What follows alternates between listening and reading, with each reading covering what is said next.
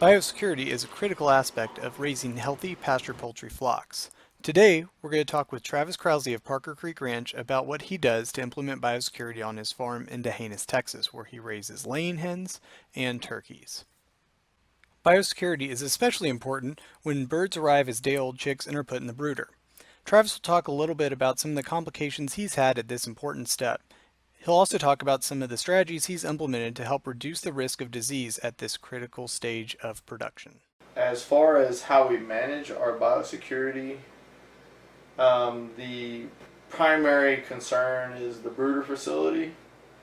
In the brooder facility, the primary method is that is the first thing that we take care of during the day. In other words, so it's a sequential order going from the youngest animals on the farm, poultry is what we're talking about, youngest poultry on the farm, to the oldest poultry when it comes to chore time in the early morning. We're talking about, right at daylight. First thing the guys do is the brooder. Then they go to the older birds on the pasture. Or another way to break that up is to split up. The person who does the brooder is just a different person that takes care of the older meat birds on pasture, or the layers, or the turkeys. Something else that we'd like to implement is foot baths. Walking into the brooder, something that you could do is, and that's just an added step to the biosecurity.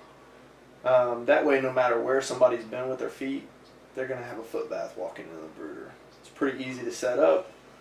In addition to that, we do clean out the brooders every time between batches.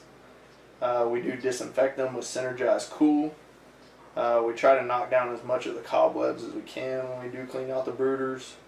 And we do actually disinfect it twice. We disinfect it immediately after cleaning, and then once immediately before we put the fresh bedding down. So there's multiple disinfectant cycles to it. And knock on wood, we haven't had a real problem since we started doing that.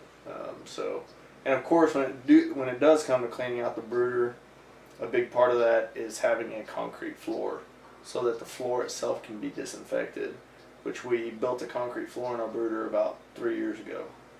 And it has allowed easier cleaning, for one, and number two, we can actually disinfect that floor, which is where most of the coccidiosis problems occur, is in the soil, which if you have a dirt floored brooder, you're going to have coccidiosis problems that you can't get rid of.